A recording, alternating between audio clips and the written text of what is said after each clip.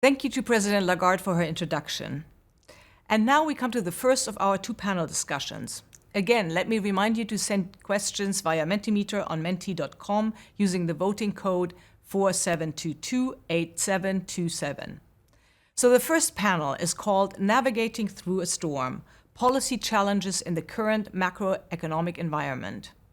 The panelists will look at current challenges such as the weakened economic outlook, inflation, geopolitical tensions, and an aging population, and what these mean for macroprudential policy.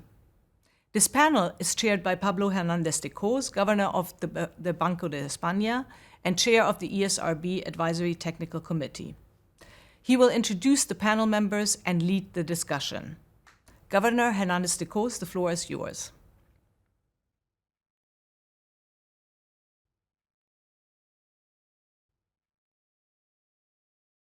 Risk-taking and leverage, and it introduced financial vulnerabilities.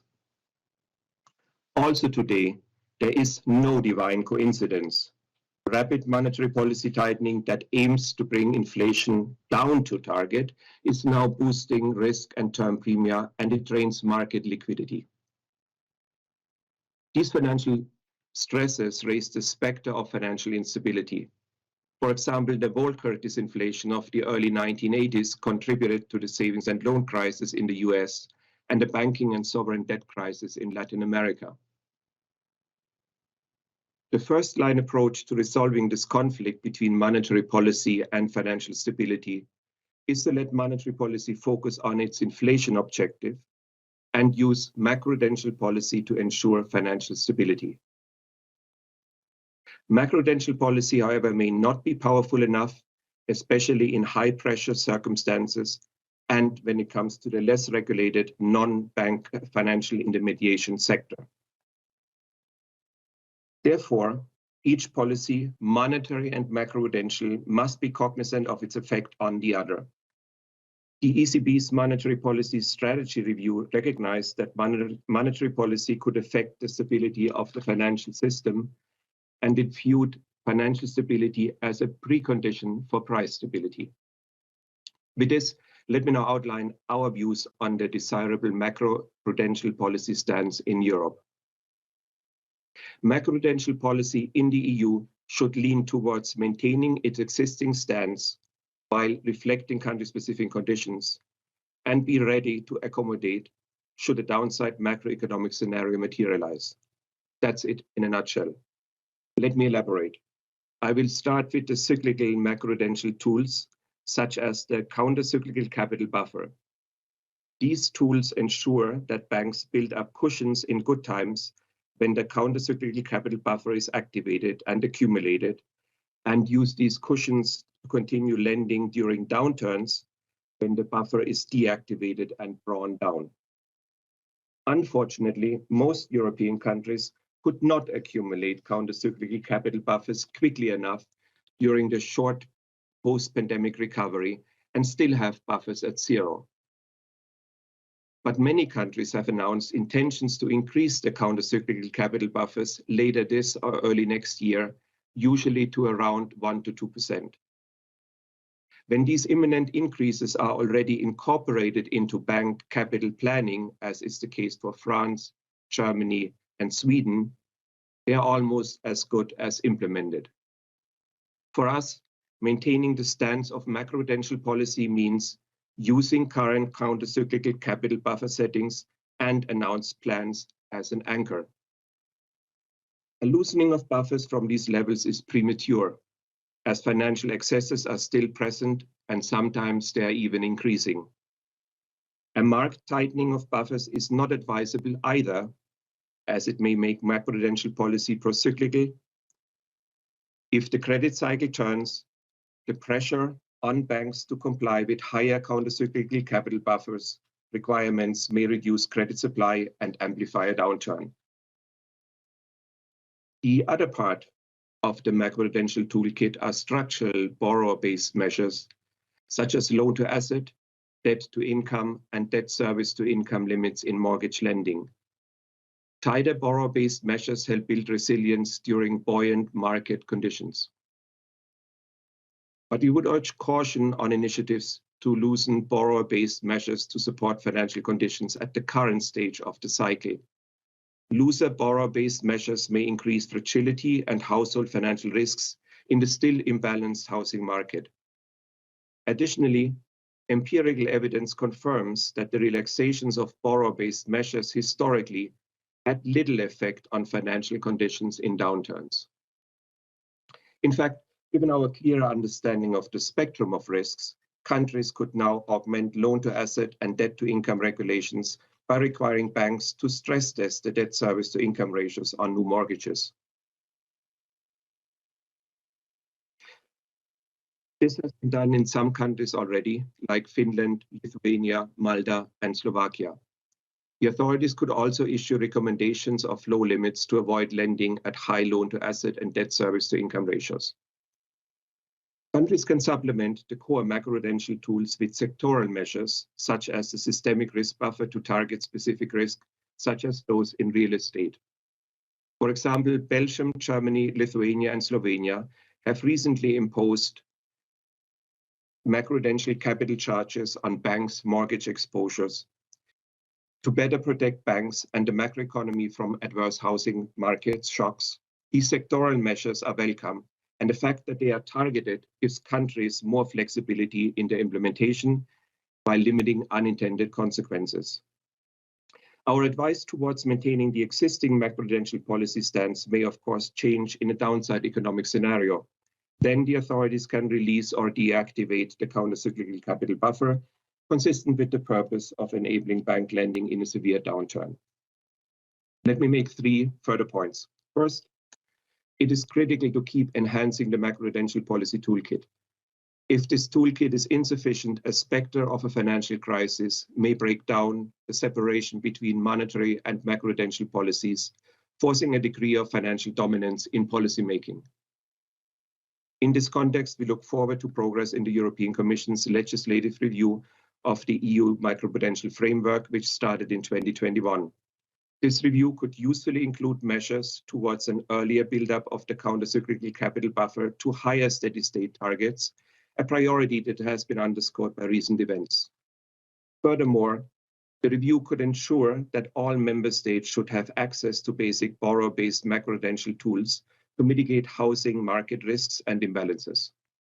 The question of improving coordination and consistency of macroprudential policy across member states, while accounting for country-specific characteristics, also deserves analysis.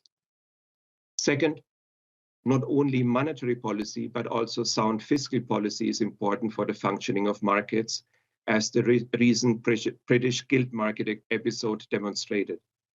Markets can respond violently to unsustainable fiscal policies. There are other examples of fiscal policy that could impact financial stability, such as windfall taxes.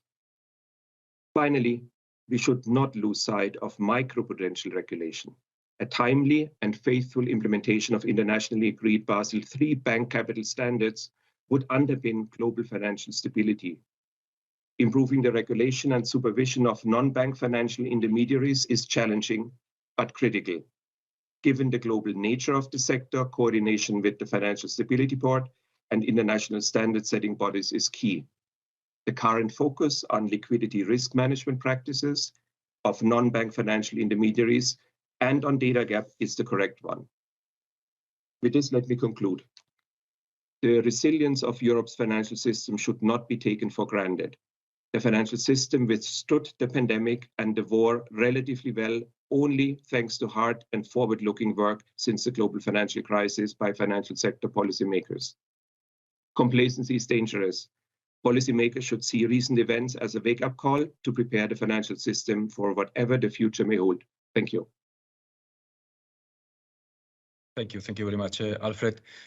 Let's now move to Claudio. Claudio, please. Well, thank you, Pablo. And I'm delighted to be on this panel and to reflect on an issue which is very close to my heart. That's the relationship between macroprudential frameworks and monetary policy, and particularly at the current juncture. Now, this is a huge topic, so let me just be quite selective and start from the big picture. I think it's useful to have this as context. Policymakers are facing unprecedented conditions by post-World War II standards.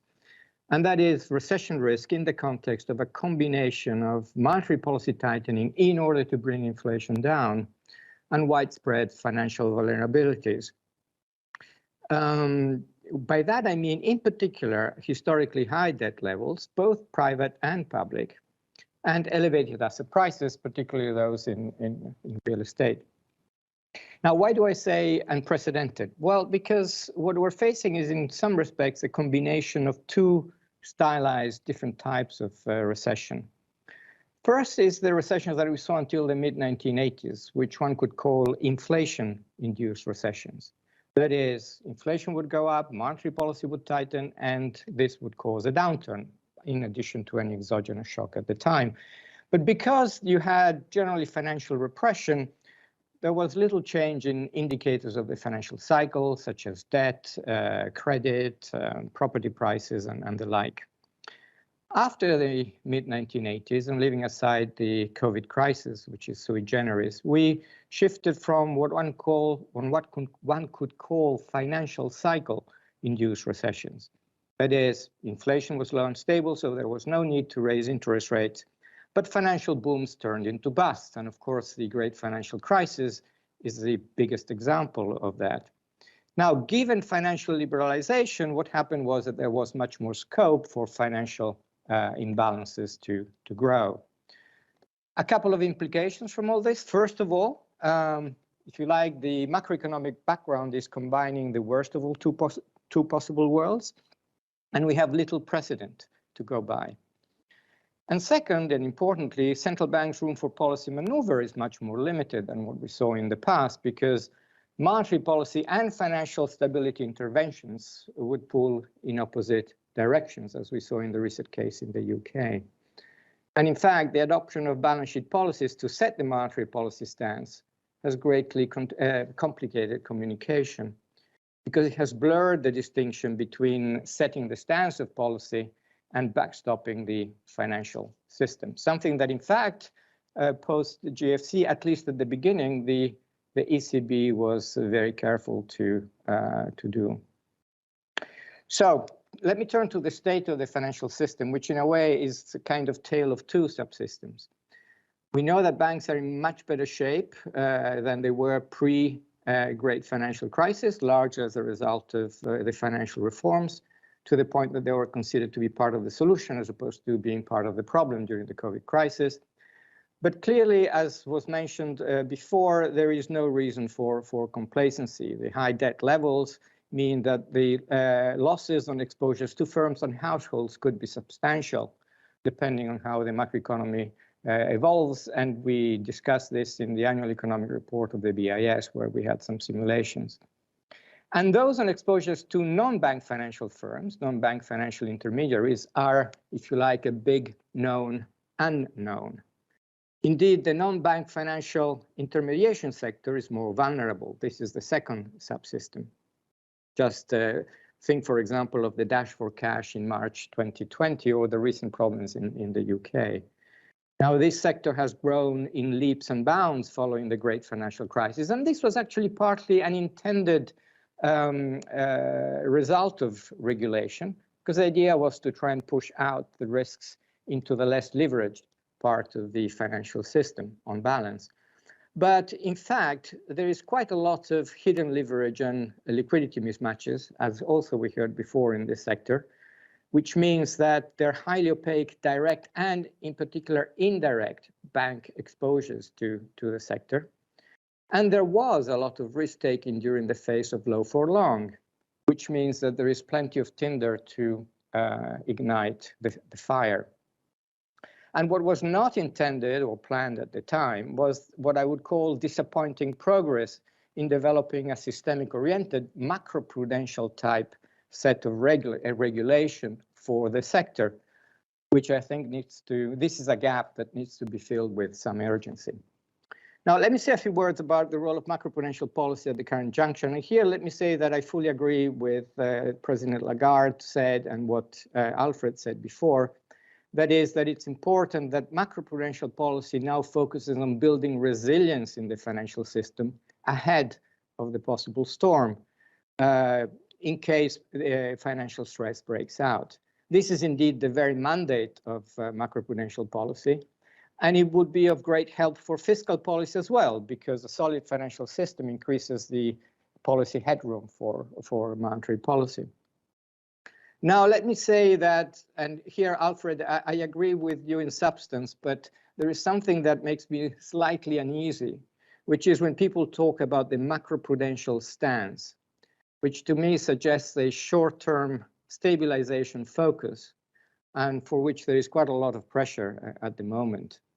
I don't think macroprudential policy is well suited, even if one tried to use it in that context. Macroprudential policy is more like a supertanker. You have long implementation lags, partly and because of political economy constraints, but also technical ones. And the tools are not really designed for short-term macro stabilization purposes. I think the COVID crisis may have given the wrong impression, but that was sui generis because it was entirely exogenous, not the result of the buildup of financial imbalances. It was fundamentally temporary, so the whole idea was to put in place a bridge. And an emergency situation called for an emergency response.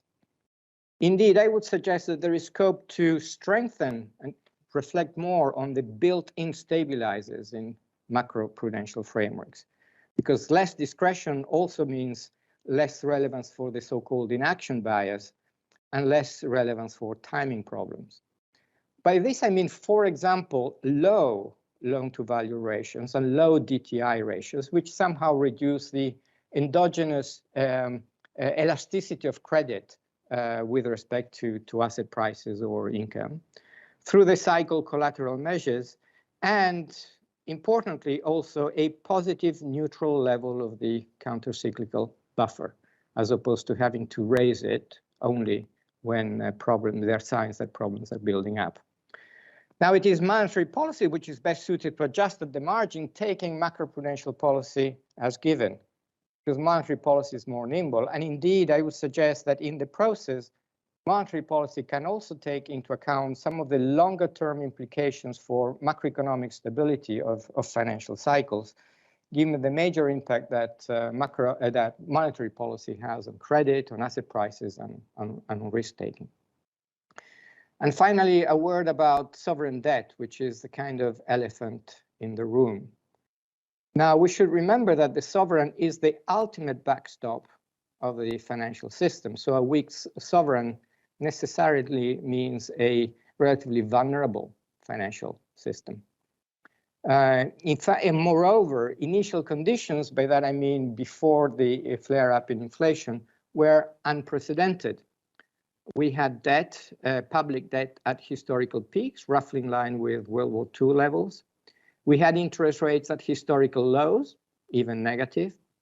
And as a result, despite the very high levels of debt, the debt service burden never felt so light. And indeed, this provided a strong incentive to build up further debt. Now, higher interest rates will severely test this. Some back-of-the-envelope calculations would suggest that if interest rates were to go back to the level they had in the mid-1990s, which was a reasonable level, then the debt service ratio of the public sector would go back up to what it was at the historical peak, which was World War II. I'm talking about medians across the globe. In addition to that, what we have had are large-scale asset purchases on the part of the central banks, which have added to some of this sensitivity to higher interest rates. Because from a consolidated balance, public sector balance sheet, consolidating the central bank and the government, these amount to very large debt open market operations that retire long-term debt, but replace it with effectively debt which is indexed at the short-term rate, and by that I mean the bank reserves. Again, back-of-the-envelope calculations suggest that for the central banks that have been most active in this type of operation, 30 to 50% of the long-term debt, government debt, is effectively at indexed at the overnight rate. Now, this will show up as lower remittances to the government because of profits or losses on the part of the central banks, and therefore lower government revenues. Now, structurally, the sovereign bank nexus is very hard to address effectively, and you can think of this as a kind of Achilles heel of the macroprudential frameworks.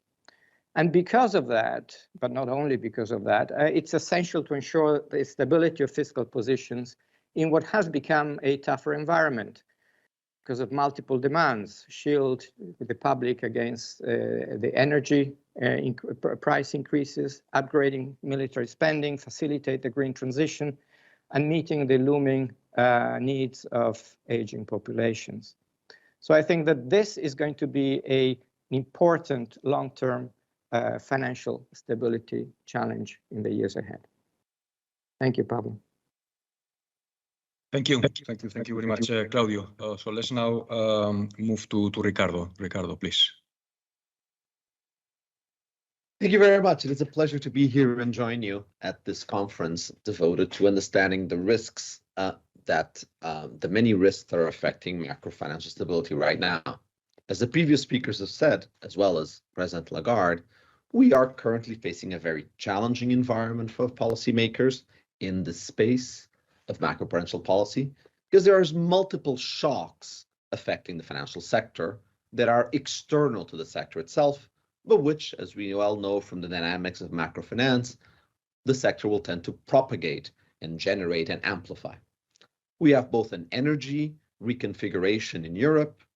We have all the geopolitical changes in the horizon. We have as well the scar still from the pandemic. They may still be reflect themselves in the health of the banking sector, as well as certainly in terms of the labor supply in our economies.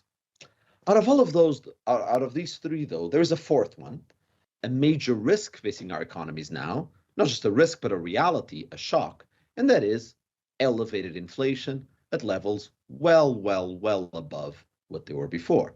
Inflation in the last year was, since we are in a financial stability conference and one likes to talk in terms of standard deviation shocks, the last year is 4.5 times the standard deviation of inflation in the previous 20 years in the euro area. It is a 4 or 5 sigma shock in terms of just how large inflation has been in the last 12 months. Rightfully, the main focus at the ECB has been on eliminating this risk to central bank credibility of inflation persisting and in delivering on its mandate that inflation should be 2%. This is a conference not about ECB monetary policy, but rather about the ESRB and macroprudential policy. And so as a result, I will not talk about how to bring inflation down, why it went up. We'll take as given that inflation has gone up. And I will also take as given what I think are relatively uncontested truths of monetary policy, which is that interest rates are going to have to rise. They've already even risen in order to combat that high inflation. And finally, I will also take as given a trust in the ECB that it will deliver low inflation, that is, that this high inflation period is temporary. So, in a period of elevated inflation, where interest rate increases are inevitable and may have already entirely happened, or there's more to come, and where inflation is only going to be temporary, how does this in itself pose a shock to financial stability is going to be the focus of my remarks for the remaining 8 or 9 minutes. And I want to make 3 points in that regard. The first one, perhaps the most obvious, perhaps intellectually less interesting, which is not to say that quantitatively less interesting, is that a temporary burst of inflation can translate into higher inflation risk premium for many years. Insofar as, again, investors, consumers, households start revising up that standard deviation of inflation, realizing, well, 5 sigma events happen, and maybe it's just that you had underestimated the sigma before. Perhaps in perceiving that inflation may be higher, or at least it's a risk of inflation, we may see that reflected in terms of higher compensation for risk in sense of the nominal interest rates that are charged throughout the economy. On that regard, note that it is important to note when it comes to financial stability that the last 20 years have been really quite remarkable in how much the government bond R-star has fallen.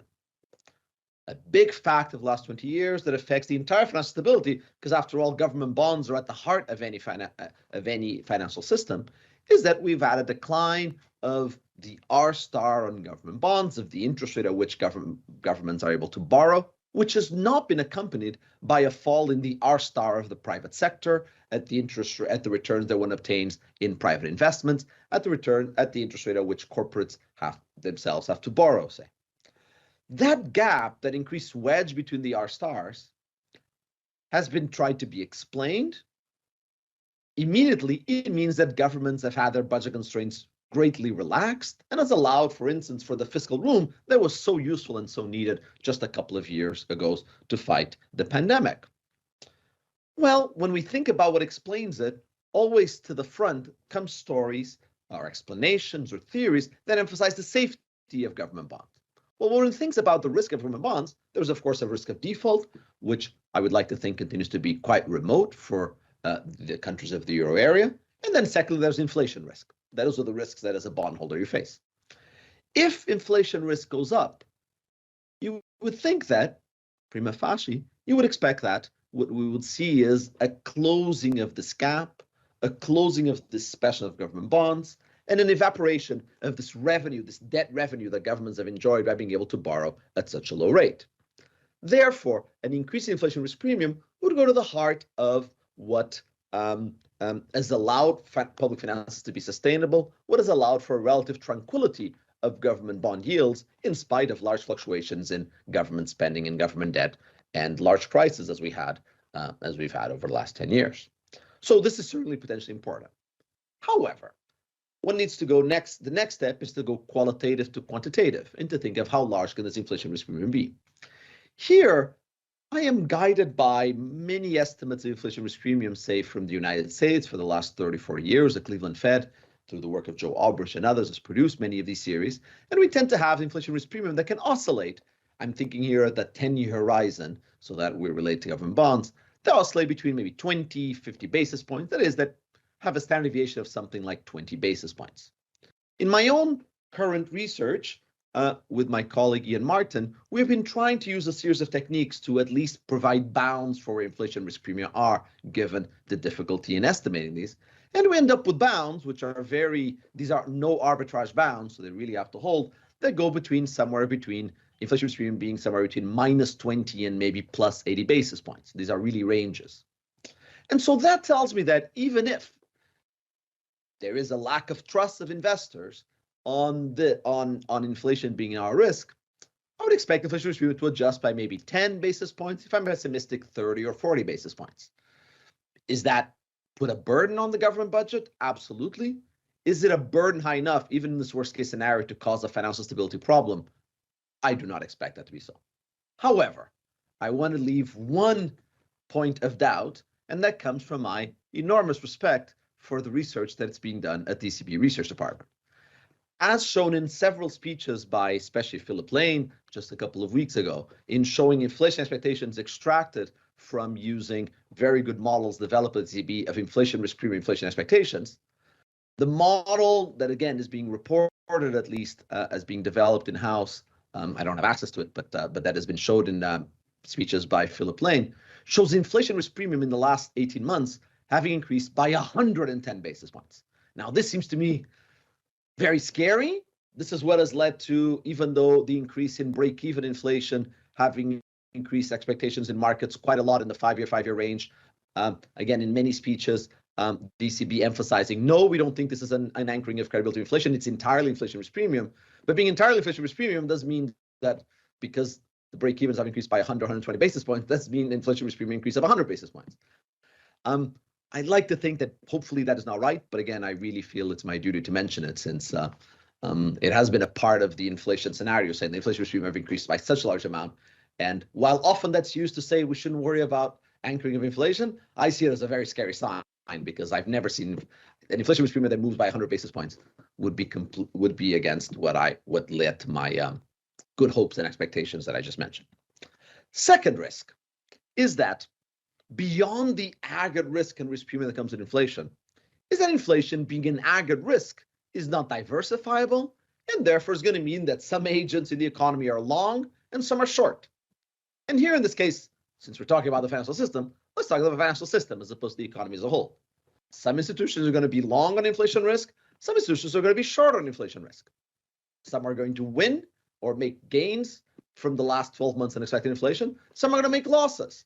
Some of those gains are going to be larger or offset by the next 12 or 24 months and the success of the ECB at bringing down inflation. Some are not. It is not common, because we have lost that habit after 40, 50 years of inflation stability, to think of inflation as a source of gains and losses, because inflation was so small. But when you have high inflation, there are some clear winners and some clear losers, including and especially in the financial sector. Moreover, over the last 10 to 15 years, we've had the development of a very large, very deep inflation swap market in which many financial institutions have started buying and selling that inflation risk, meaning that in some ways they may have either offset or in some cases enhanced the inflation risk that they have at the horizon. I think one gap we have in our knowledge now is precisely this: who is holding the inflation risk? As a rule of thumb, and certainly the data work that I have done myself in trying to use the publicly available statistics on this, is that as a rough approximation, banks sell inflation risk and pension funds buy it. In other words, banks sell insurance to pension funds who have long-term liabilities against their inflation. That would suggest that over the last 12 months and the next 12 months, banks will make losses and pension funds gains in their swap contracts, or at least lower losses than they had before. Is that shock, that source of loss for banks, enough to jeopardize financial stability? I don't think so. But if I think about one large macro risk that is perhaps not been stress tested enough, that has perhaps not been quite analyzed enough, that is the one that I would point to.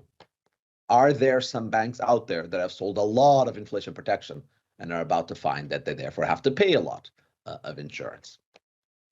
Third risk on inflation. For the third one, let me go from the inflation to the interest rates that follow it for my remaining, I think, 2 minutes or 90 seconds, but I'll take 2 minutes. Let me remind the audience, which I think many, certainly my panels in the colleague, do not need a reminder of the terrible crisis that the euro area went through 11 years ago, when the mere existence of the euro was threatened as the sovereign debt crisis affected so many countries. Both then and as well as in the years after, there's been a consensus, as consensus go in academia and policymaking, that a very important ingredient in that was a so-called diabolic loop between banks and sovereigns. That is the fact that when the bond prices fall, banks would suffer large losses. Those large losses would reflect themselves into both an increase in the probability they need to be bailed out or a cut in credit and tax revenues, therefore justifying and enhancing the initial falls in government bond prices. This has been relatively well diagnosed, and even by 2015, I would say, it was relatively understood how to solve it. We needed some combination of a euro-wide safe asset that banks could hold, some combination of a penalty for a bank to hold the bonds of its sovereigns when those bonds of that sovereign become very risky in bank regulation, and third, some form of EU-wide deposit insurance that would break such a tight connection between banks and sovereigns. There were many different views on how to achieve these three legs of the triangle. At a more expansive side, some thought that we should have euro bonds, completely euro-wide deposit insurance, and risk weights on government bonds, just as with any other asset. At the other extreme, at the more narrow one, and I was one of those more narrow ones in these debates a few years ago, maybe we could just have a sovereign bond-backed security, which would come with no joint liabilities, a deposit insurance that only affected moving forward, but not covering past debts, and thirdly, maybe just some concentration limits on government bonds. But there was certainly a lot of room to disagree, including on how much political commitment we'd want. In the end, I do not think I'm being overly unfair to say that very little progress was done. The ECB, the ESRB noted how important this had been, how dangerous it was to keep this loop alive. But in the end, at the European Council, decisions were not made to advance this in any particular direction in a particularly strong way. Well, now, where are we now in 2022? Interest rates have to rise, or have risen already, had to rise or have to rise. Let me not try to predict monetary policy, but at least had to rise in order to control inflation. And here we are worried that an increase in interest rates will lead to a fall in the price of government bonds or increasing their yields. That may trigger losses in banks who are holding a lot of these bonds and a diabolic loop that could lead to a financial crisis. The ECB has intervened very aggressively and correctly in announcing the TIP program in order to prevent the diabolic loop from at least catching on fire. But the fact alone that we're worrying about this is somewhat tragic. And so insofar as both President Lagarde and as well as I think Alfred mentioned how it is important for the European politicians and legislative bodies to take seriously these financial fragilities that were identified by these bodies, this is one of them, a main one that hopefully should be still well alive in the hearts and minds of politicians and policymakers, and they should take very seriously right now, for it would be tragic if it was not the case.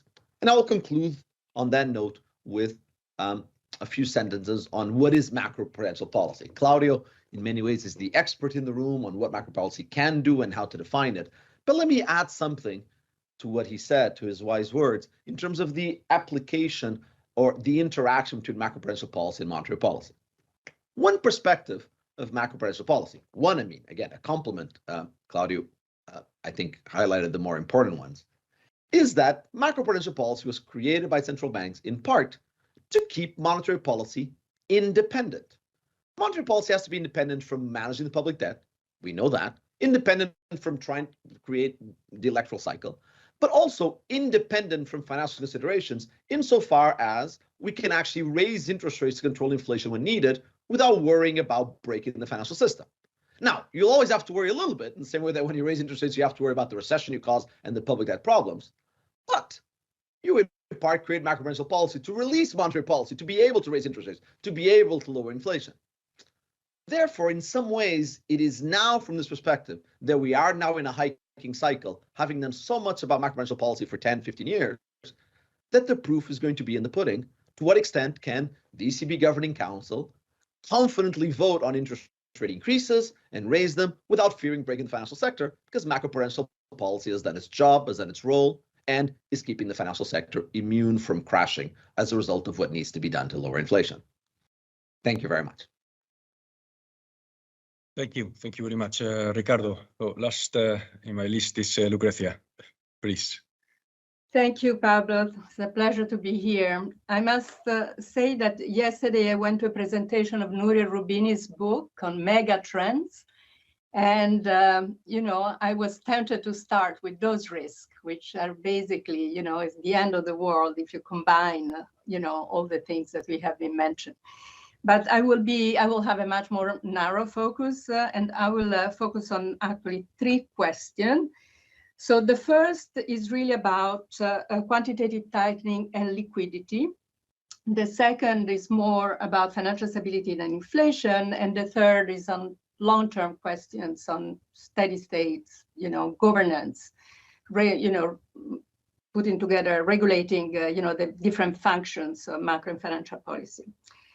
So let me start with the first, and with the observation that with the beginning of the tightening cycle, we are not anymore in a situation in which pursuing monetary and financial policy objectives imply an endogenous expansion of the balance sheet of the central bank. Okay, so this is the end of what I call a divine coincidence, although Alfred thought that also before this crisis we didn't have a divine coincidence, but we did have a divine coincidence in the sense that whatever we did to ease financial constraints or liquidity constraints led to an increase in the balance sheet. And then that was the same for, QE for monetary policy purposes. Now, today, with tightening monetary policy, but the emergence of financial stability risk, policy may require to tighten and ease at the same time. So the first question is about liquidity and the liquidity risk that we are facing in the tightening cycle. And the question on a positive sense is how we can use these balance sheet tools to do both easing and tightening. And this leads to the question, how do we understand the interaction between regulation and monetary policies? So how we can use balance sheet policy to tighten for monetary policy purpose and to ease for financial stability objectives. Now, let me just say in something that, maybe there will not be consensus around that, but in principle, central banks have the capacity to act as market makers if stress emerges in the financial markets, and implement QT at the same time. Of course, if this is the case, if the shock is not a mega shock, okay, systematic shock. And, for example, they can sell long, buy QT, and buy short for financial stability purposes. And we have seen many examples, successful examples of that. For example, I'm here referring to, the recent small crisis in the UK, which was successfully dealt with by the Bank of England with very little asset purchases. At the end, they only, spent, 20 billions in asset purchases. And also this was successfully done in the US, in recent times when tensions in treasury markets appear. In a way, this is also the idea behind the TPI, the new instrument that the ECB has put on the table. The idea is that even in a tightening cycle, you can intervene in segment of financial markets to address issues of transmission of monetary policy. This has not been tested. We will see how, things will be if we get there. Now, having said that, however, what I'm worrying about is that there are structural reasons why this kind of central bank interventions for financial stability purposes will have to be more frequent in the future. And this actually, to me, it poses a fundamental question of architecture and, the relationship between financial regulations and the use of balance sheet. Now, let me give you some examples. So, okay, this example, the first example especially relates to the US. It has been observed that even with a system of ample reserves, so that more than $1 trillion in the US, there have been episodes of liquidity stress in all jurisdictions, and in the US especially, not only during COVID, but also, at other occasions. And, and people have been worrying, have been asking whether this is a paradox or not, okay? And there are many reasons to believe that this is not a paradox. One thing that I think is quite worrisome, and it has happened since the great financial crisis, is that, structural transformation in the financial markets, which lead, to this high probability for liquidity crisis to emerge. On the supply side, the regulations on capital charges on treasuries have penalized the banks, the market makers, to run large balance sheet. Those institutions do not want to run large balance sheet. Indeed, the inventories of market-making banks have collapsed since the great financial crisis. But on the demand side, we have seen an increase of concentration of asset management. So now those institutions, the asset managers, have huge balance sheet, while the market makers have small balance sheet. And this leads to a kind of structural mismatch, which is one of the reasons why the market has been prone to liquidity issues. If you talk to investment bankers, they will tell you we cannot provide that kind of function of market making as it did in the past. Of course, it's a matter of prices, but there is a discussion, a regulatory discussion on the fact that those regulations that we implemented for good reason after the financial crisis exacerbates hoarding incentives during time of stress. Now, if we go to the Eurozone, a second example, there has been a big discussion about the dash for collateral rather than the dash for cash that we have seen in the US. And, this is clearly has emerged with quantitative tightening. We have seen a shortage of collateral. There are many reasons of that. There is no time to go through them. Some of these reasons have to do with regulation. Some have, relates to the current situation of extreme high volatility.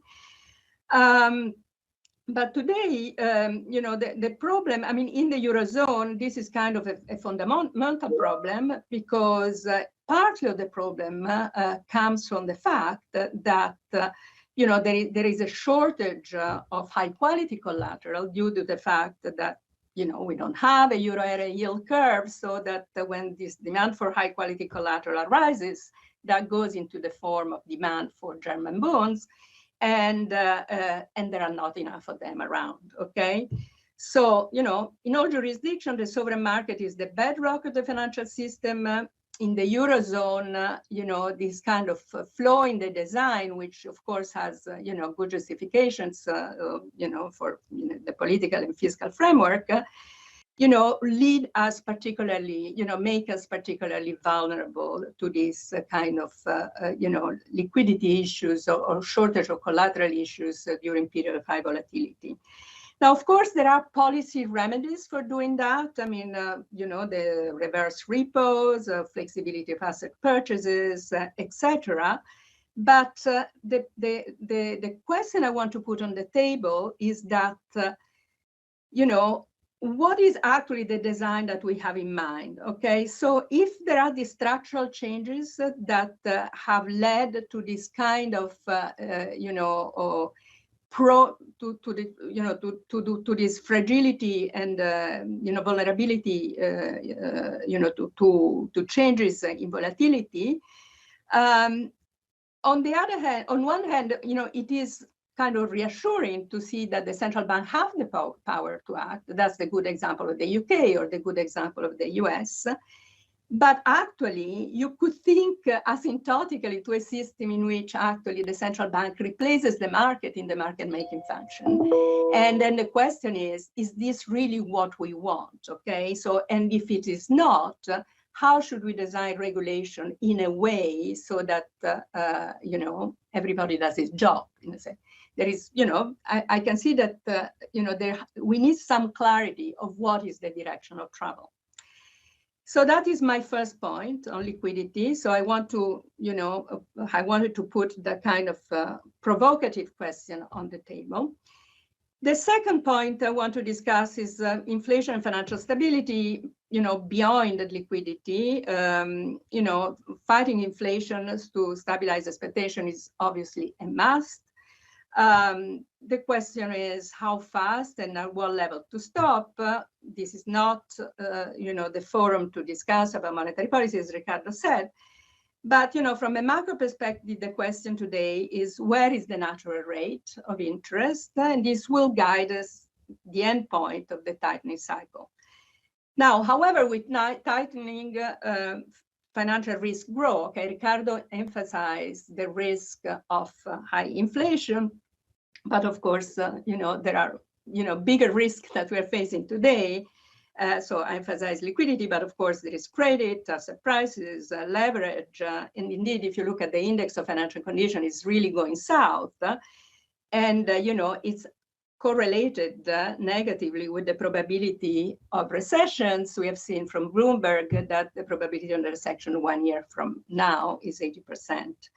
So we need to ask at what level of the real interest rate the credit constraints will generate a fully fledged financial crisis. Now there are fragility, accumulating, but we know that it's very easy to go from one regime of moderate vulnerability to, to a situation in which the spreads will spike, and we know that from empirical regularities that those are very much, that there is this non-linear correlation between output and financial stability. Now, markets expect that the rate hike cycle is going to end sometimes in early 2023, but the rates will stay longer, higher for longer. So this, would spell ongoing pressure to deleverage, especially in 2024, where there is a fair amount of corporate debt to be refinanced. And, although some that the leveraging is desirable, there is a question, that at some point, okay, so that there is that other interest rate. This is a point that has been studied quantitatively by Paper and the New York Fed. There is another equilibrium interest rate, which is the financial stability equilibrium interest rate. And, the price stability and the financial stability equilibrium interest rate may not be at the same level. And of course, then the question is when that financial stability equilibrium level will be binding, what will happen to monetary policy? So I guess that this is also the question that Ricardo asked. Will the financial stability concerns dominate over monetary policy? Is the macroprudential framework that we have robust enough? So third part of my discussion is more about the steady state questions. And here I have basically in two parts. One is more nerdy, is really about the plumbing of monetary policy. And, of course, we are now going into QT, but okay, there is the question. So what is the size of the central bank's balance sheet that we envisage in the steady state in normal circumstances? Now, since the financial crisis, central banks have operated in a system which is called a system of ample reserves, so accommodating demand for liquidity. Now the balance sheet is shrinking, but at what level? Okay. Now, a common view is something that Ricardo and I wrote in a recent report, is that the balance sheet should be at least as large as the demand for reserves. Okay, so that's a kind of an application of the Friedman rule, but not larger. However, we have seen that this demand for reserves is quite volatile and prone to strategic issues, hoarding, and so on. Indeed, there is recent studies from the BIS, but also from the New York Fed, that show that even in a system of ample reserves, we have strategic cash hoarding, so that rates in the market of reserves are still very sensitive to shocks. So this creates a dependence to central bank liquidity, as I had argued in my first point. And this, in a way, this is an argument for keeping the central bank balance sheet large, for precautionary reasons. But of course, there are a lot of problems with keeping that balance sheet large. And these problems have more to do with fiscal footprints, moral hazard, killing the markets. I mean, all those questions that, are the byproduct of, central banks being such big intermediary in the market. So again, here, I think that there is a problem of an interaction between the regulatory framework, the central bank size will have to be understood in that discussion. I see that this is not a discussion that we have been focusing very much in Europe, but I think that's an important one. And then, of course, in the Eurozone, we are confronted with the deeper issues, which is the fact that we don't have, that kind of euro safe asset, so that the central bank, is called for action, even in a more kind of structural sense, in order to defend the stability of the sovereign debt market. And here, not just talking about movement in bonds, which are justified by fundamentals, but, this kind of adjustment, which gives a particular privilege to the German Bund. So, okay, so having said that, this is the plumbing, but then, there is, more macro questions, which, is with large balance sheet and monetary and fiscal interaction. Now, this is, again, is something that Claudio has already mentioned, with increased interest, with movement in interest rate, which now are much larger than anticipated, the risk that we were all aware of in, the balance sheet of the maturity mismatch that we have developed in the central bank's balance sheet, means that, the possibility of those losses, which are just a theoretical and kind of curiosity, are now materializing. And in fact, we have seen that, including the Bank of England, is running into negative capitals. So some banks are getting into negative capital, some are making losses. Now, as we know, this is not a problem per se, but it creates issues of governance between the different authorities, between the monetary and the fiscal authorities. And this is particularly difficult problem in the Eurozone, when there is quite a lot of lack of transparencies about how the dividends are distributed, the capital, the banks are recapitalized, and so on. Now, long term, this issue of monetary and fiscal policy goes beyond, these kind of, infrastructure issues. I think actually, if we look at the real long-term issues, it is likely. I don't see any. I mean, I know that in your reports, the central banks write, say, fiscal policy have to be, you have to be careful. The measures to sustain households, they have to be temporary and measured and so on.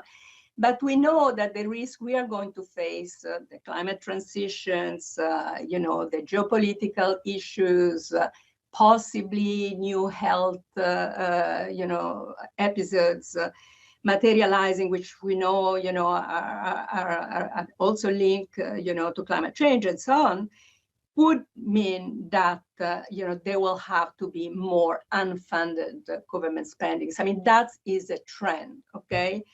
And it's hard to think in a situation in which, okay, this is happening and without having the possibility of financial repressions, which we had in the 80s, okay, what is going to happen about the relationship between the fiscal and the monetary authorities?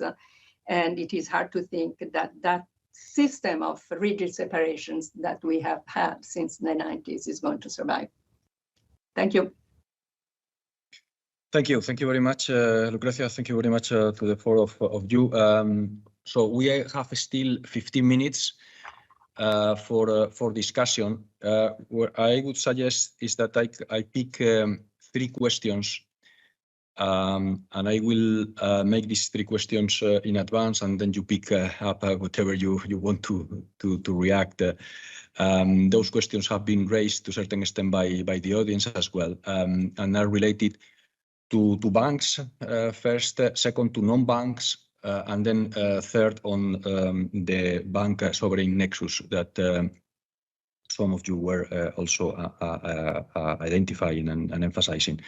So maybe the first one is very much related to a point that was made by Claudio, and to what extent you think that the macroprudential policy should play a role, a stabilizer role, as compared to fiscal and, of course, monetary policy.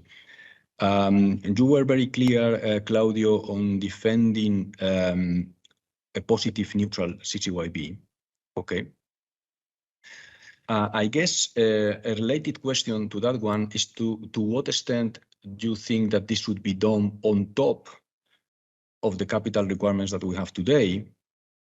So, which if this is the case, of course, it could lead to higher capital requirements over the cycle, or alternatively, this should be done at the expense of reducing other structural capital requirements.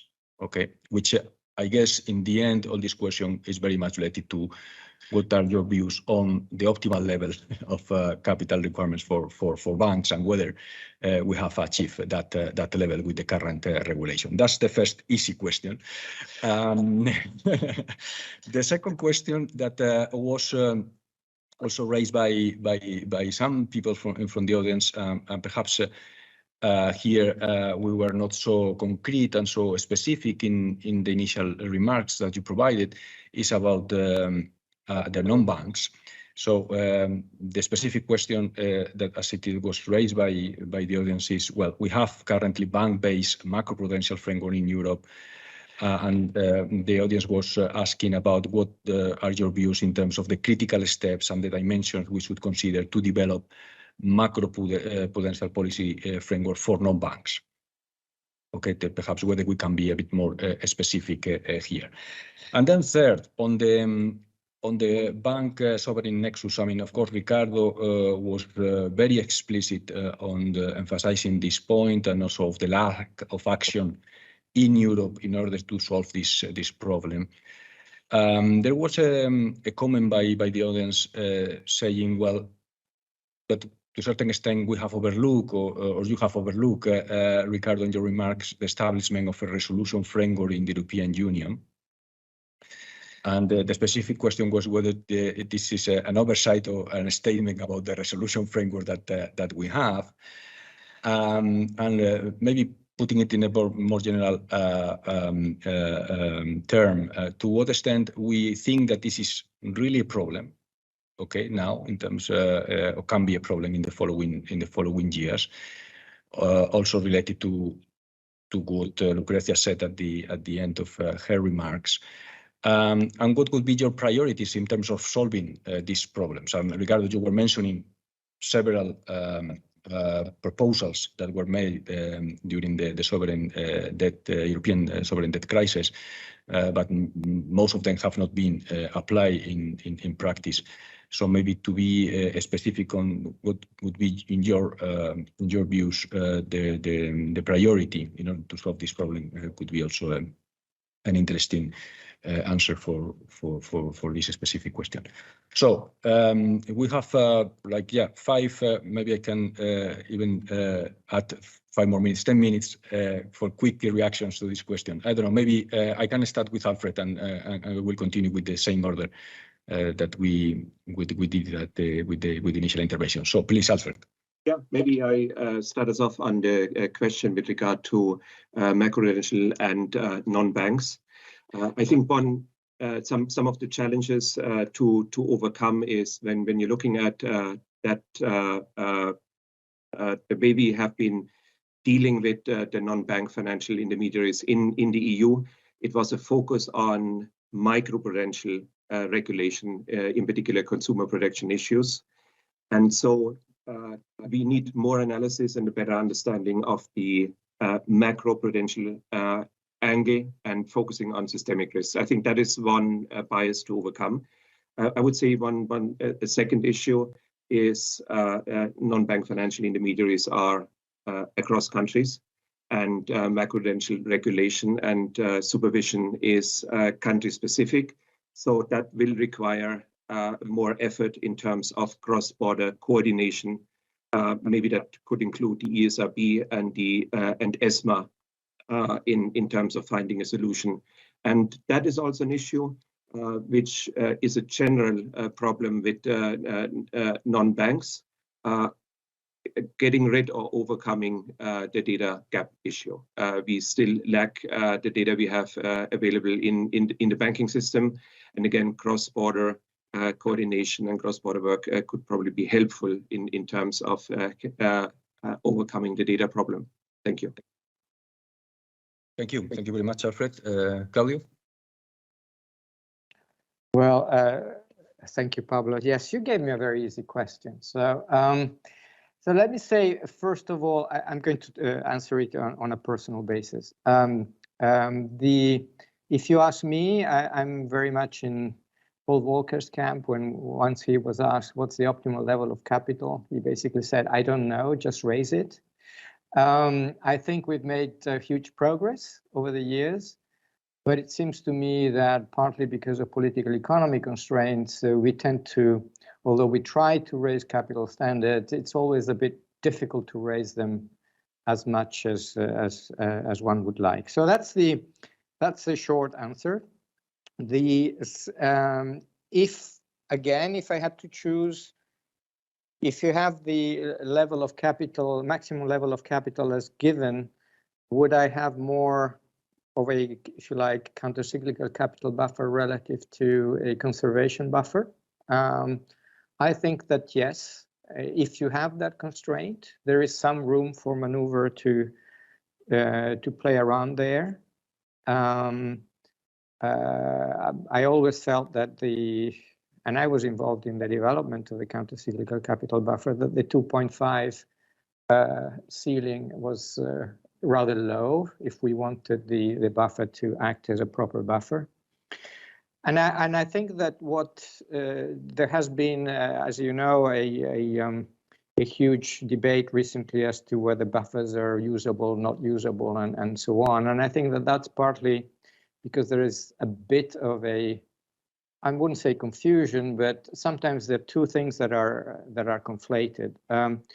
The structural or conservation buffer and the countercyclical capital buffer both have one objective in common, which is avoid banks entering into resolution, that is hitting the minimum, but they do it in different ways. The countercyclical buffer is doing it in order to avoid collective retrenchment, when things go bad, which could amplify perverse dynamics in the system. The conservation buffer does it by increasing the penalties as the bank get close to the minimum. In a way, it's like a form of prompt corrective action, light, call it prompt corrective action light, which means that banks will never be willing to dip into the buffer voluntarily because they are subject to penalties.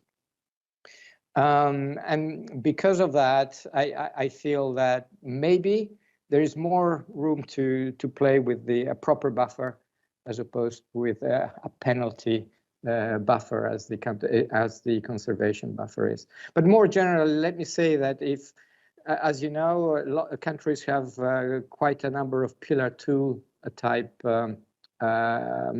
regulations. And I think that if you had the stomach, based on what I have just said, I think there would be room to improve the clarity of purpose of those various buffers and tools, align them with the objective, and also align the control of those various Pillar 2 measures with the right perspective. So if it plays a macroprudential counter-cyclical role, then you would have a macroprudential authority dealing with it. If, on the other hand, it's more a bank-specific role, then you have a macroprudential authority.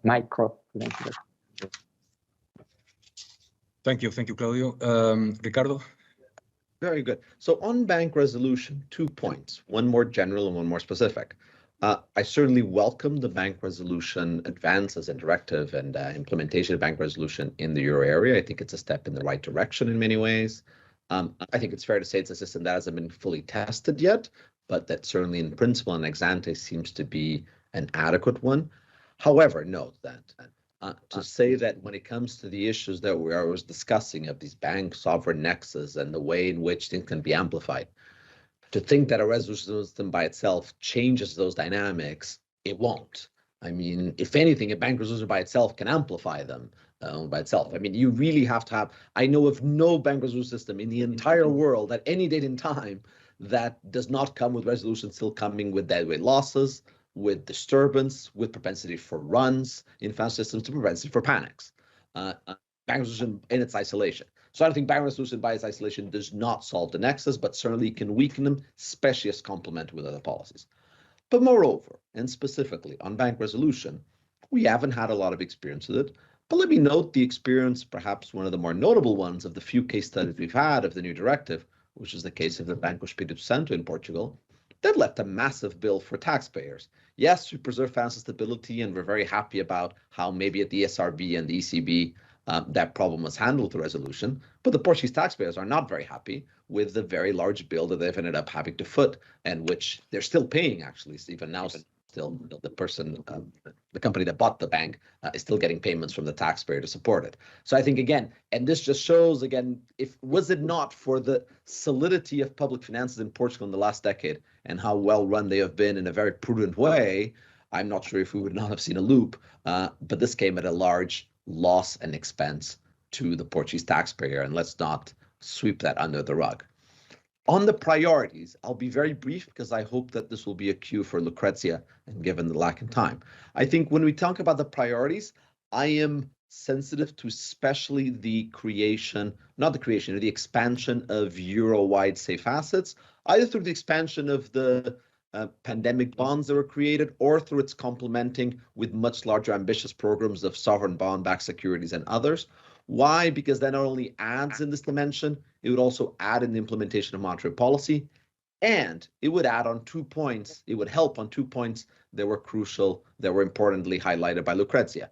One, on this discussion of ample reserves, in that then the ample reserves would be matched by a euro-wide safe asset on the other side of the balance sheet of the central bank, allowing a clarification of what they are there for, as opposed to a confusion, and as Lucrezia herself highlighted, a certain treatment of different sovereigns and different perspectives that comes with ample reserves. And second, also, because precisely as Lucrezia said, and so I'm really going to completely adopt what she said 20 minutes ago, if we are going into a future in which we're going to have tightening cycles, different directions, tightening and easing at the same time, then I'd really want to separate what is EU-wide, say EU-wide bonds versus what is intervening in one particular sovereign debt market versus another because of some macroprudential risk or another. So it becomes even more. So not only sovereign nexus, but also for the two arguments Lucrezia said, ample reserves and these different tightenings. It seems then that the expansion of a deep EU-wide safe asset market seems to me to be the priority. Thank you, Ricardo. Lucrezia, you have the last word. Yeah, the last word. Well, I mean, Ricardo and I, we spent the best years of our youth thinking of European reforms without much result, you know. So, I mean, at the end, resolution is important, in my view, more important than deposit insurance, because the depositors are very senior. On the other hand, you know, the issue is fiscal, okay? So when there are banking crises, you know, banks are national in debt, like it has been said, and then there is a big resistance by member states, you know, to kind of delegate, you know, to a European authority. So the doom loop will stay with us because of the correlation between bank risk and sovereign debt risk, but also because the correlation between banks and the real economy, and this is going to be really material today, maybe more than in the past, because the ECB is more present in the government debt market than it was 10 years ago. But at the end, okay, so this to me is a fiscal and is a governance issue. So if there is no fiscal risk sharing and there is no risk sharing through the financial markets, so then in a monetary union, there is risk sharing through the balance sheet of the central bank, okay? There is no other way. And this is not very healthy, as we all know. So if there is a direction of travel, it should be in the direction of agreeing on a common, you know, yield curve, you know, a robust, you know, euro. And so that means we know that this cannot be done even because it's against the treaty. So recently I wrote something with several co-authors and lawyers to see what are really the constraints, the legal constraints for going in that direction. So I think there is going to take time. This is not something for tomorrow. But, okay, the pandemic response was a positive step, and the use in exceptional circumstances of these kind of tools, it will create precedent that will make this discussion easier in the next 20 years, I don't know, something like that. But, you know, we need it, okay? Because if we don't do it, okay, just, you know, don't be, you know, the central banks will be there, or otherwise goodbye the euro. Yeah, thank you. It's very, very clear, Lucrezia. Okay, so I think we have now to close this panel. Thank you very much to the four of you. It was indeed very, very interesting. I'm pretty sure that the audience has also found the conversation very interesting. There is a lot of food for thought in your remarks, food that will feed for sure our discussions at the ESRB and maybe even at the European Council, in particular this last part of the discussion, hopefully. So thank you very much. I hope that you have a nice day, and back to you, Connie. Thank you, Governor Hernández de Cos, and thank you to the panel members for this very insightful discussion.